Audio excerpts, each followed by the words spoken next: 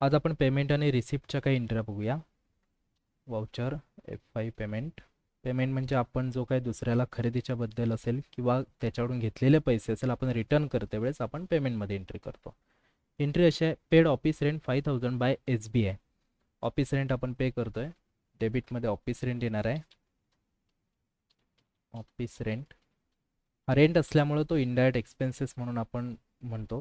Group त्याचा indirect expense येईल. जे काय आपले एक्सपेन्सेस असतात जसं फ्युएल एक्सपेन्सेस आहे, सॅलरी वगैरे, हे options.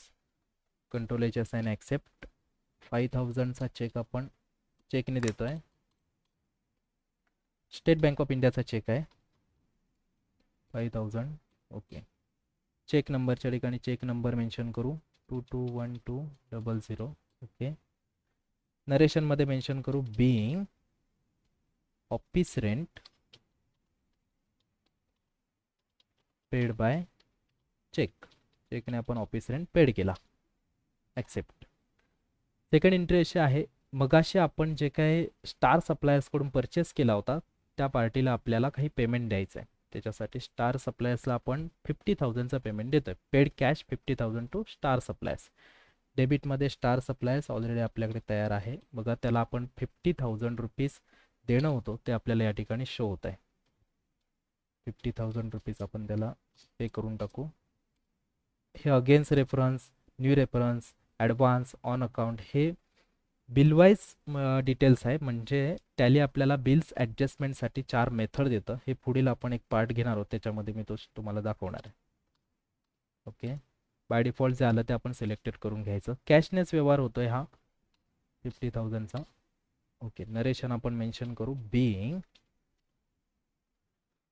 Cash paid to star supplier. Star supplier. Okay. त्याच्याकडून जो काय माल परचेस केला होता त्याला आपण त्याचे पैसे दिले. नेक्स्ट. आता आपण रिसिप्टच्या 2 एंट्र्या बघणार आहोत.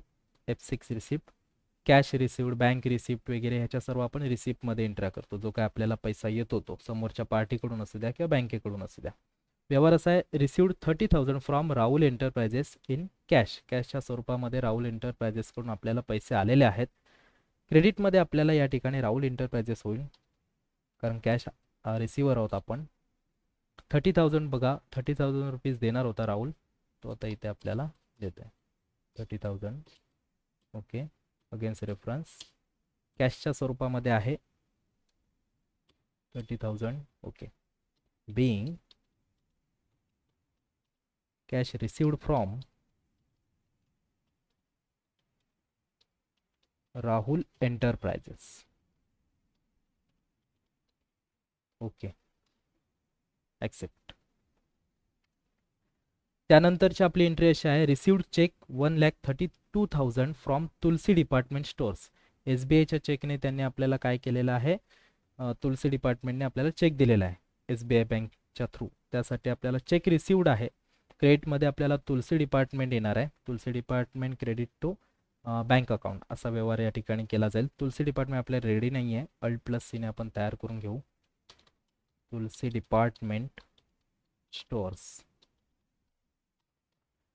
ही जी पार्टी आहे या पार्टीकडून आपल्याला पैसे येत आहेत म्हणून सन्ड्री डेटर्स हा त्याचा ग्रुप राहील. आपण त्याला माल विकला असेल तर तो आपल्याला पैसा देत असेल किंवा आपण ॲडव्हान्समध्ये घेत असू तर सन्ड्री डेटर्स म्हणून आपण या ठिकाणी ग्रुप टाकणार आहोत. किती रुपये आपण त्याच्याकडून घेणार आहे तर 1,32,000 आपण त्याच्याकडून घेतोय. हे ऑन अकाउंटमध्ये आपण टाकतोय. टॅली स्वतःहून या ठिकाणी ॲडजस्ट करताय. आता हे काय असतं हे आपल्याला पुढे बिलवाईज डिटेल्समध्ये शिकायला मिळेल. या ठिकाणी आपण त्याच्याकडून चेक घेतोय. स्टेट बँक ऑफ इंडियाचा आहे. State bank of India. Okay. Cheque number या ठिकाणी आपण मेन्शन करू 404. बँक नेम मेन्शन करू शकता. Being cheque received from Tulsi department stores.